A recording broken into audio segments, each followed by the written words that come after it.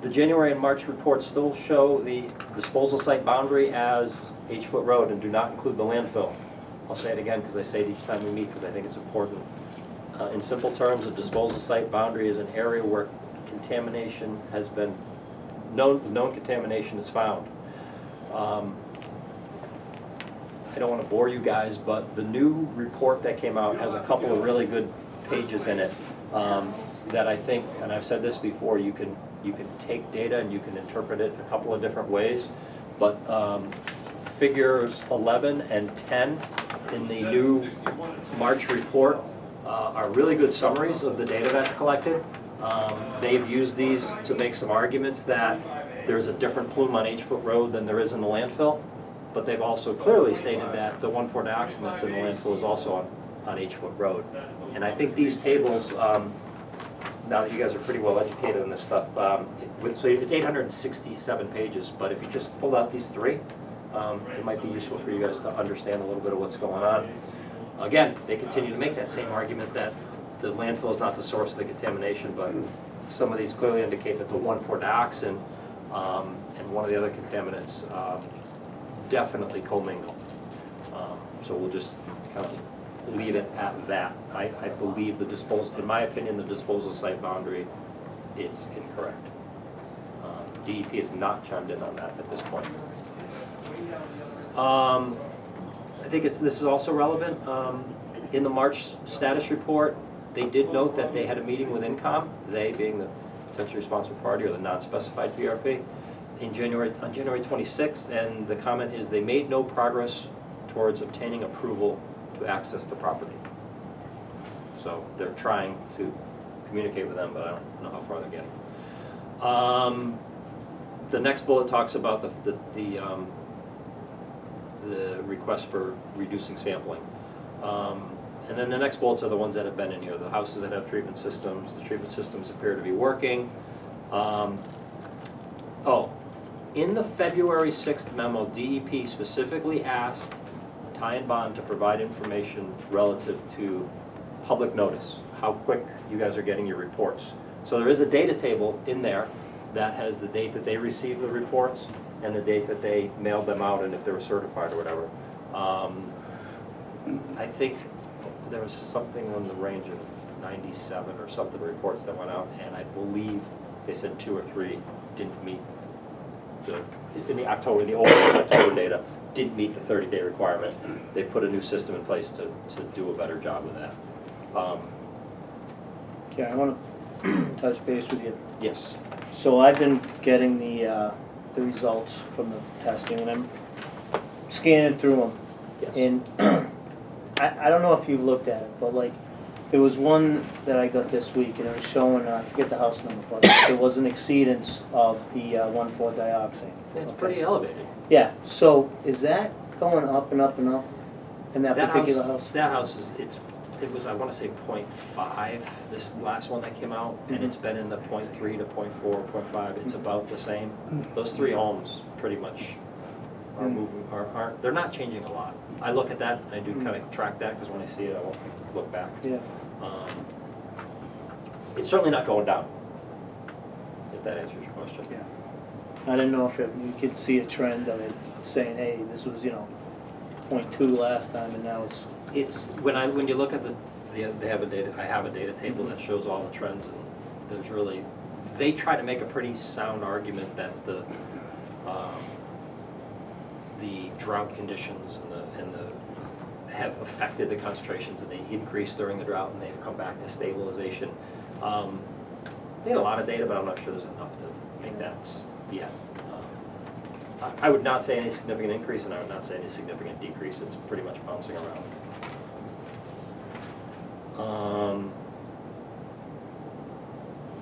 We heard today that courtesy bottled water will continue through all of 2017. And I kept the point in there. The last bullet I have in here is the Fox property. They continue to talk about that as being a very highly likely potential source, but yet the report doesn't say anything about, there's not even an update on that property. Wasn't that the one with the 55 gallon drums? Yeah. They had no issues with DEP. DEP did not have issues with it. In the reports produced by Ty and Bond, they've referenced that they have issues with it and they think it's a likely source. However, I didn't see anything in this report that says they're pursuing that or going any further. There was a set of sampling done in October, November, but really no news since then. So the reason I kept the bullet there is there's no news. And what property is this? This is, it's identified as the Fox property, and I believe it is adjacent, so it would be, correct me if I'm wrong here, I believe it's south of 65 H Foot Road. And it's a kind of a flag lot. It's got a narrow section, and it kind of goes behind 65. So I just wanted to make a comment to Casella. We appreciate as a board that they've extended the bottled water.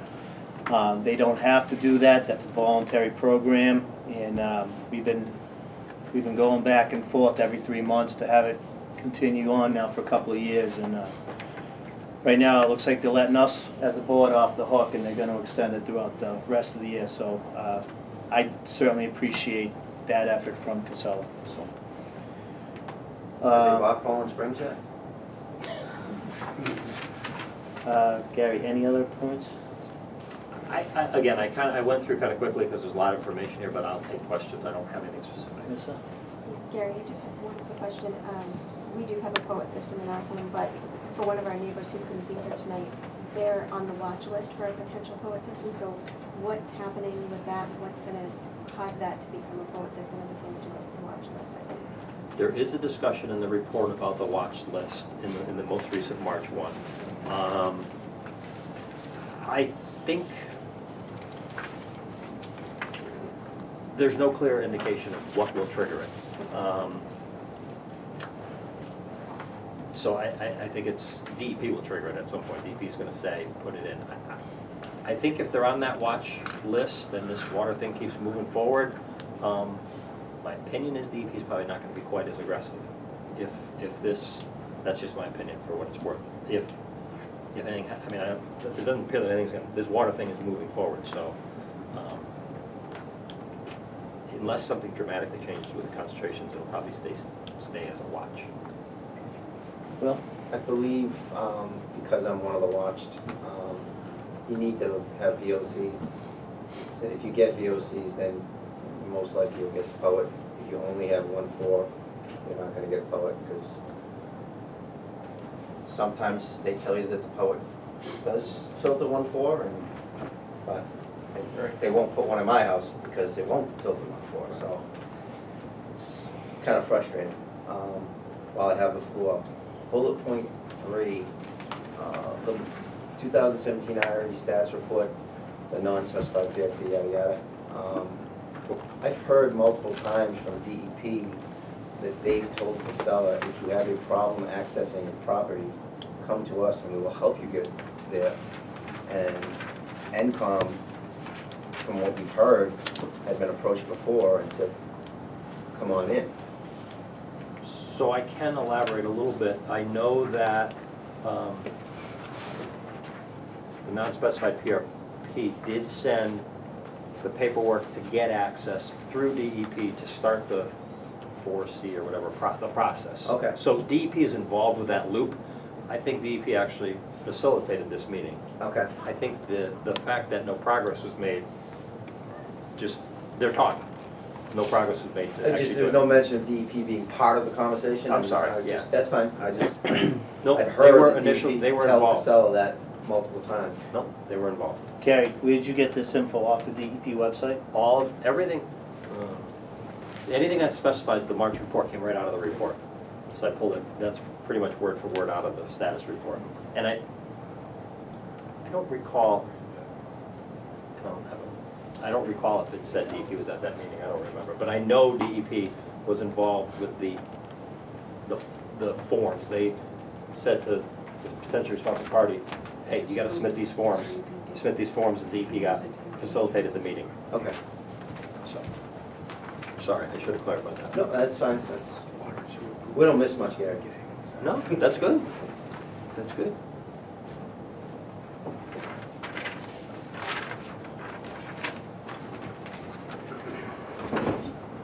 So backtracking to an earlier conversation we had today, Robin just announced that the water and sewer did approve the water connection agreement. So they're good to go. If you guys want to start signing them, we could do that. Looks like it's notary public. So we'll have to have somebody with notary public stamp and authorize it. Jim, there's people in the building that can do that today, right? Absolutely. Nancy? I don't know if she's still around. Nancy, Mary can do it. She's still around? Mary's here until. Yeah, so if anybody wants to jump the gun on. Who wants to be getting the first one? Is what it's saying. Number one on the list. Anybody wants to do it, they're available, so. I can make some copies if you want to. As soon as we get it going. Matt, I got a quick question on the notary part of it. Mhm. You said that someone in the building, some notaries charge a small fee and some don't. No fee. None here. No, You it's can't charge. free. Because I hate to volunteer, but my wife is also a notary, so My son is too. I'll just bring I it don't all want to home. throw her under the bus. No, I'm Don't say that. Instead of, if they're doing like a $5 charge or something, Yeah. you know, that people in the neighborhood, she could. Mhm. All right, let's get up here. Yeah. And I know you can go to banks, it's usually a free charge if you have an account with more. I'll just, the 3 bullet points on this water connection agreement that was just voted on. Connect the public water supply to a water meter which will be installed by the town of Southbridge or the town of Charlton in the basement, or other suitable location on the premises. So that might come into what you were saying, how yours is on the backside. But anyways, it just says, in the basement or other suitable location on the premises. Number 2, remove any cross connections and decommission our private well. And number 3, restore to the extent feasible each property to its landscaping condition existing immediately prior to the water line construction. So those are the 3 bullets that it has. We have them on, Jim has them, so, but that's what it's been approved, and I don't think this board has any say on them, but you take a peek at it. This is the one I made up, and I sent it out to legal for the town of Southbridge and Casella, and they made some changes. And now Water and Sewer had to approve it, and they just did. So I was at Water and Sewer the other night. They wanted to make some changes to assure that Charlton was added in there, because the inspector from Charlton needs to go there also. Mhm. So, and that 1-year warranty and that important asterisk at the bottom was added in at the request of Robin fought hard for that.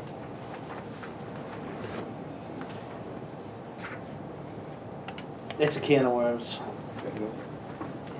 I'm gonna open the can of worms, Mark, because you were concerned about it. The 1-year warranty, in the past, the warranty, I'm not saying that's gonna happen here, so I shouldn't really be speaking, but just saying it. The warranty didn't begin until the last one was installed. So if you get installed in January and the last one gets in April, your warranty may start in April. I'm not saying that's what's gonna happen here, but I've seen that in the past. Well, that was gonna be one of my questions that I was just raising. I had 2 of them. One of them was gonna be, when does that warranty period start? Right after the connection or after the whole thing goes through? It'd be after Charlton, the town of Charlton, and the Water and Sewer Commission accepts that as a workable, usable line, and it's turned over as far as the infrastructure. That, I can't speak on that because I don't know how that's gonna work. I know how it's worked in the past, so. What was your second one, Mark? Actually, it was on a different line. It's more for Gary. It's been like a year now that we've had transducers in the well. My feeling is it's been a year. They got a whole year's worth of information. Why should we keep these in our well? Why not just have them, what is the pluses? I know you say the more information that we get, the more, I'm looking at like after a full year, if they don't have enough information. Actually, they again, in this report, well, I know the argument they're trying to make, but they actually did a lot of work with the transducer information in this report. There is a lengthy discussion about how most of your wells recover very quickly that you're seeing draw down 20, 30, 40 feet in some of the wells when there's high use, but they recover quickly, so the argument is that it's, the drawdown is just the well, in the actual well casing is dropping down, come back. I guess my feeling is, yeah, more data is better data. They are still using it, they just, in this report, they've got a lot of tables showing a whole year worth of data. They used it in the drought discussion to evaluate if the drought's over, and they're making determinations of groundwater, of contaminant concentrations based on groundwater elevation, based on drought conditions. So there is a utility in it. If it doesn't impact you, I would say leave it, because it's useful information. If But it does to an extent. I mean, the power that they're getting from the transducer is coming from us, the power going to the well. How much it's using, I don't know, but if it's $1 a month, it's $1 a month. Plus, you have the constant ability, contact, constant, you know, can we come on your property? Hey, we're on your property. I mean, it's just a. you have the ability to ask them to take it out at Well, any that point. was our thought was, you know, after a year, if you don't know what you need to know by now, before I say, yank this thing out, you know, is there any real reason why we shouldn't have a review? Well, the benefit of having all of them, again, they're using them all as a data set, you pull it all together, you're looking at regional concentrations and changes. It is better to have them all, they've been there. Hydrogeologically, I'd like to see them there until the wells start to get decommissioned. Well, But that's again, the other thing, if they got a water line coming in, I mean, how, you know, I'm saying $1 a month, I have no clue on what it's being used. I'm not your average household with the work that I do at my house. I mean, my electric bills are huge. I get calls all the time like, you're the highest guy in the neighborhood, what are you doing? It's like, well, there's no, you know, I don't see anyone else with a welding shop in their home, so, but because of that, we could I don't certainly know ask them what, I what the don't know what usage these is. things are using. The pressure transducers just hardly use anything, because a lot of those, yeah, a lot of those we put in wells actually with tiny batteries in them, you leave them there for a year.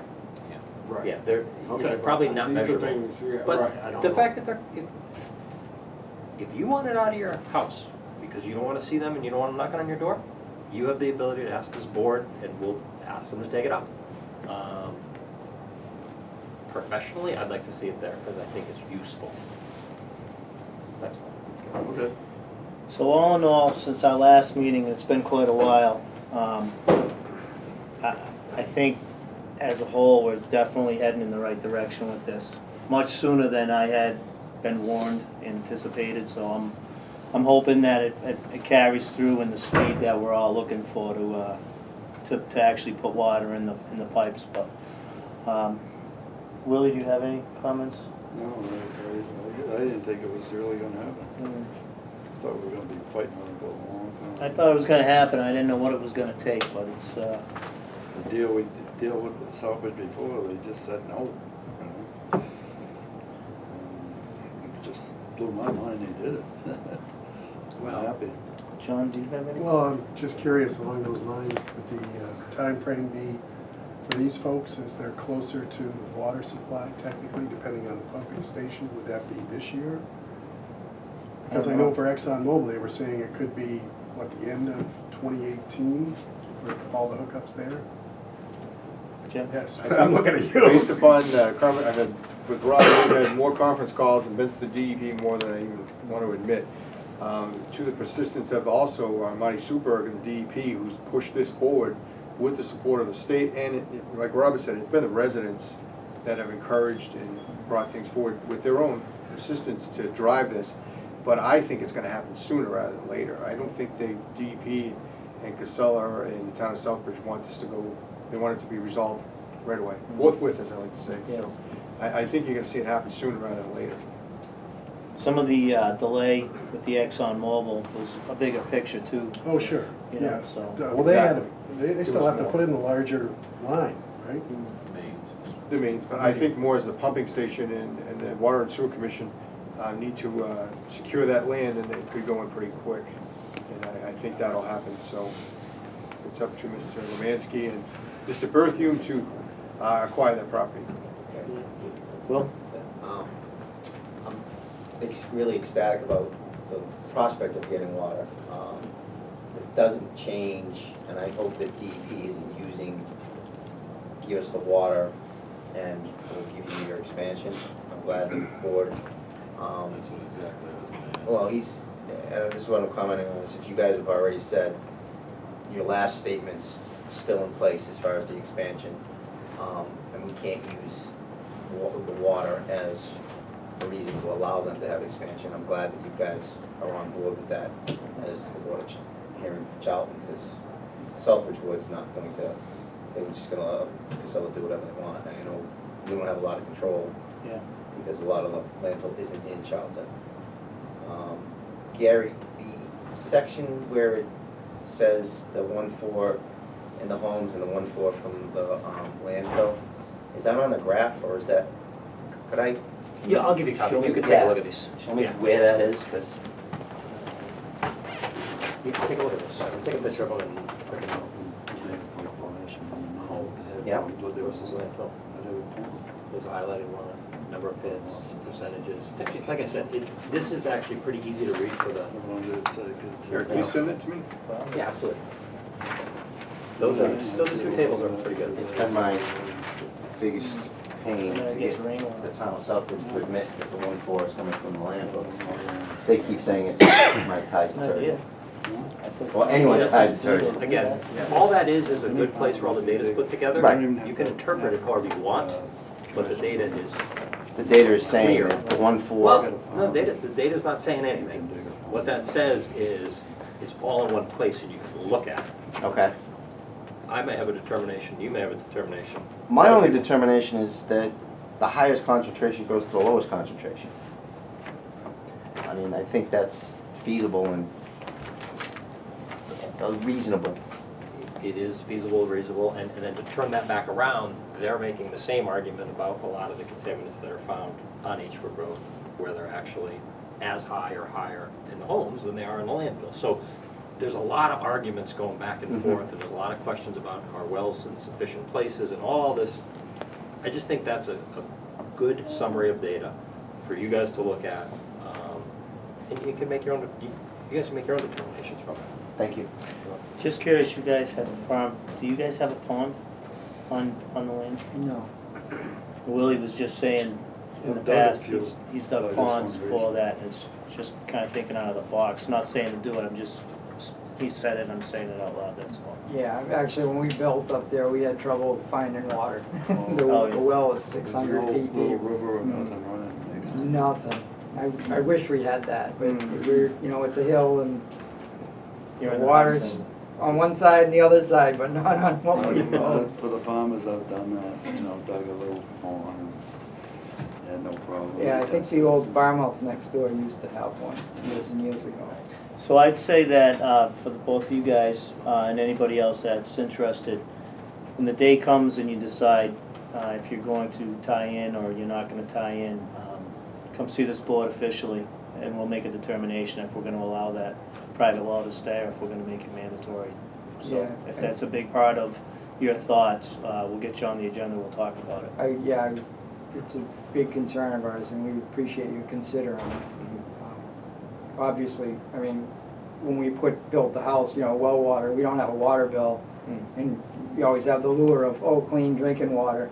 I can remember my grandfather bragging about his clean well water. Mhm. And it's just not the case, but we'd like to, at least not have a huge bill, Yeah. paying for it. Mhm. I'm not saying it's a no, I'm not saying it's a yes, I'm saying ask this board and we'll make a determination. Yeah, So would that be something I do in writing or? you could say if it's something you wanna discuss, we'll get you on the next agenda. I just don't want it, if they have to have these signatures before that, I don't wanna delay. I think that, based on him being agricultural, because there's some horse that we should get something in writing. It's a little different if you wanna water your lawn, but that ACO agreement, if you're gonna allow them to keep their well, then they wouldn't pay for the tie-in.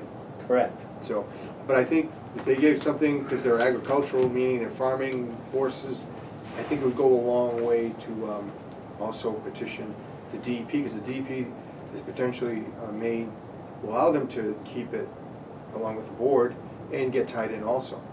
But I'm not saying, you know, because it's pretty straightforward in our conversations that they don't want that aquifer being drawn on and causing a further escalation of contamination further down, so.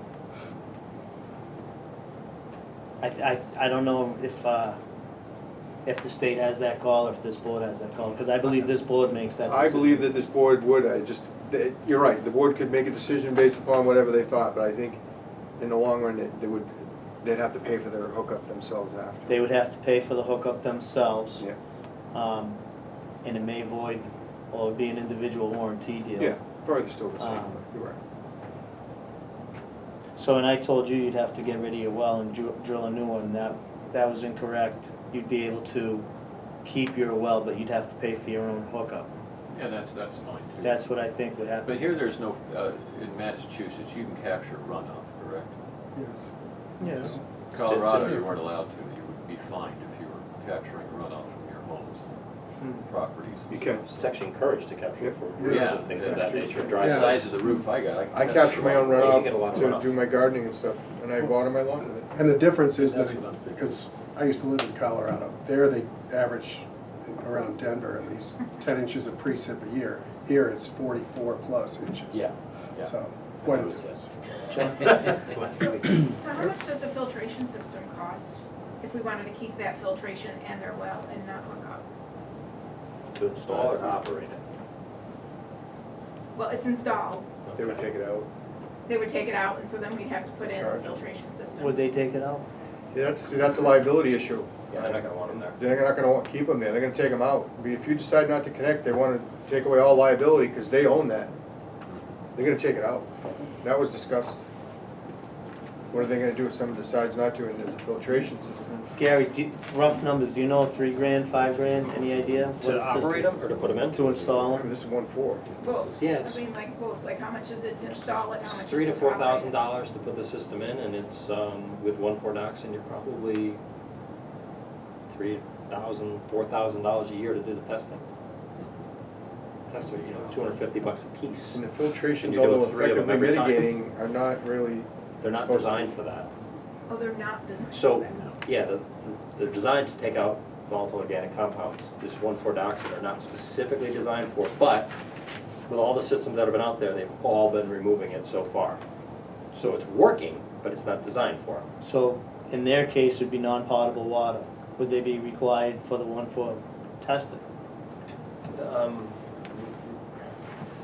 The issue here, and I have not been involved with the DEP meetings, so is DEP going to mandate decommissioning of the wells? Yes, See, The wells that they're making an agreement with Right. Casella. right, the issue exactly. is, You're it's, right, you're the issue is, it's an aquifer groundwater classification situation. As long as any well remains out there with contamination above the drinking water standard, any home within 500 feet of that has a well, we're in the same predicament we've been in all along. You gotta keep testing and evaluating it. So if one home chooses not to connect, in my mind, that is above the standard, that tracking number that non-specified PRP is dealing with, they're gonna have to deal with forever. The only way that tracking number will go away and get closed is if everyone connects, and then everyone within 500 feet of it, every problem has either connected or documented there's no contamination. So it's on top of, everybody fought to get water. Great, let's get the water. Now everybody's saying, all right, well, geez, I might want to use my well. We have to actually, as LSPs, we have to look at if it's an irrigation well, if it's used for animals. We still are supposed to be looking at those and testing those because it could potentially be used for human consumption.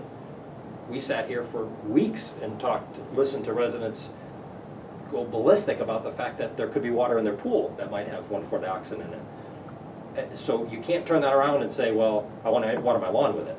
No, it's the same argument.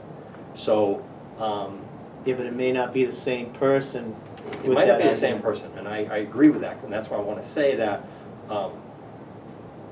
as a consultant to help the board, my personal recommendation is to connect, absolutely, and not to use that aquifer. We've seen enough fluctuation in just a year and a half of concentrations and homes that didn't have it, that have it, and homes that had it, that don't have it, that I wouldn't be comfortable drinking water out of one of those wells. Because when we did the swimming pool, if you recall what the results were, it was considered fine. incidental consumption. Exactly. And it was not a health hazard, and therefore it was okay Right. to use that water. Because it's not, the argument is that 30 years of an adult drinking the water in your house, that's where the risk comes from. You have to drink it for 30 years at those concentrations. That's the risk, that's the risk numbers. And again, in a pool, you're not drinking the water for 30 years. So there's a lot of different moving parts going on. The Yeah. bottom line is, the best thing anyone can do is connect. And to your point of, if you did decommission your well, I'm not sure there's any mechanism to preclude you from drilling an irrigation well. Well, it's up to this board. Jim? And I think Marty Schuberg from DEP has asked me to extend, as representative of this board, to ask the board to assist the DEP in ensuring that anyone with contamination would hook up, because of all the, their outreach and outcries of what is going on. To say now that the DEP has stepped it up along with the state to donate $5 million of taxpayer money to assist this, that he felt it would almost be an insult for someone with a contamination, and that the board would step up because of the powers of the board to say, listen, in some cases, yes, and some may not have contamination or whatever, but if you allow people that have contaminated because of that rule, it's going to screw the whole process up, and it's not fully gonna protect public health, safety, and the environment. So, and I agree with that, Jim, and in the past, I may not have always agreed with Sure. DEP as well. And we supported the residents that had water concerns, and we did everything we could to get those concerns on the table and get answers for them. As well, there are those people that didn't come out of the woodworks and may just want to be left alone. Sure. And I feel as though I haven't heard, I just would like to hear both sides or time to think it through before I made a decision, that's all I'm saying. I just think I need to outreach anyone in that neighborhood. We don't wanna miss a home without really physically talking to them. I agree. To make sure they know, because I've had people buy property on H-Ford Road and come into this office and say, you didn't tell me there was contaminated water. Well, first of all, maybe you saw those signs driving down the road, but I didn't know you were buying this house. So Right. certainly if you have to do diligence, that you bought a property that you didn't do your homework, because I certainly don't know how anyone could not know that there's contaminated water on H-Ford Road. But he was quite upset. Yeah, so, Yeah, what you call it, John? Early on, there was talk that hookup may have to be a betterment on the home. Does that typically mean nothing out of pocket, it's a lien on your home till you sell your home? Water Sewer Commission question. That's what I thought, because then maybe for something like Mike to not sign the agreement, if you allowed him to keep his well, and it's a betterment, then it's nothing out of his pocket to hook up, it's a betterment on his home. Well, don't make any mistake that I don't wanna drink that water. Right. I know. mean, what I'm weighing out is my well worth it for me to pay out of pocket for the hookup. But one of my concerns is someone within 500 feet of me that keeps their well, gets tested, and now I'm obligated, even though it's a farm well, do I have to pay for that testing? They would be doing the testing, but again, if that well gets contaminated, I got the cost thing, I'm not disagreeing with it there. It just could become, if it's not used, it's not an issue. Yeah. If it's used, it's a potential issue. And I think the other thing that, and I'm sure you guys are bringing this up with the residents, that a normal water connection may be $3,000 to $5,000 to connect the house. But with all the bedrock up there, some of these connections could be significant. So, your $10,000 well is a lot, but I'm not gonna throw a number out, but if they've got to blast and hammer to get your water line in because there's ledge through your whole front yard. My house is, every building on my property is sitting pinned to Right. ledge. So- It's solid ledge to the The water wall. line needs to be 4 feet below ground. Oh, I know, because I tried to get it from my well to my house. Yes, I mean, yeah. I went through the whole building process. They're gonna have one heck of a time. Right, so I just I think, put a lot of houses up there. Some of them. Yeah. And Seagull's Construction, I put a lot of them up there, and I know. I think I A lot spoke of to you when I ledge. built my house, and we worked together on it, yeah. And there's a lot of ledge up there, and then the gas line went through. It's, You it's got- gonna cost them money, just let them do it. Let them get started. Do you have a question?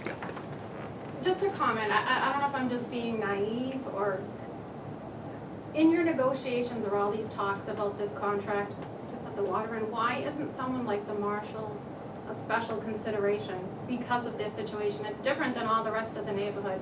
There's actually another farm that's a nonprofit that has 9 horses, a huge, Blessings Jack's, Farm. yeah. It's gonna have the same issue with the water bill. Mm-hmm. And there's not so many of them that, there's 2 of them, why can't it be a special consideration in that Right. agreement? You're speaking to the right people, because Yeah. they can do that for you. Awesome. I guess I want to just clarify that it kind of sounds like you're a little bit frustrated by the fact that, okay, we've been pushing. You're right, for a year and a half, we've all been sitting here every Tuesday, every other Tuesday, and now once a month. So, like Mike said, make no mistake, we want clean water up there, and I think the big majority of us are very emphatic that we want clean water and that we're willing to hook up to it. There may be neighbors that we haven't reached yet. I think there's a silent majority that maybe, for whatever reason, don't want to hook up. But please don't be discouraged by the fact that you hear maybe questions about the hookups or what's going to happen. Or I think this is all, to all of us, even Robin tonight saying, I don't see smiles. Forgive us if we're not smiling, but until those shovels go in the ground Yeah. and until we see things happen, we're still living with this. So it's not a quick fix. We know that.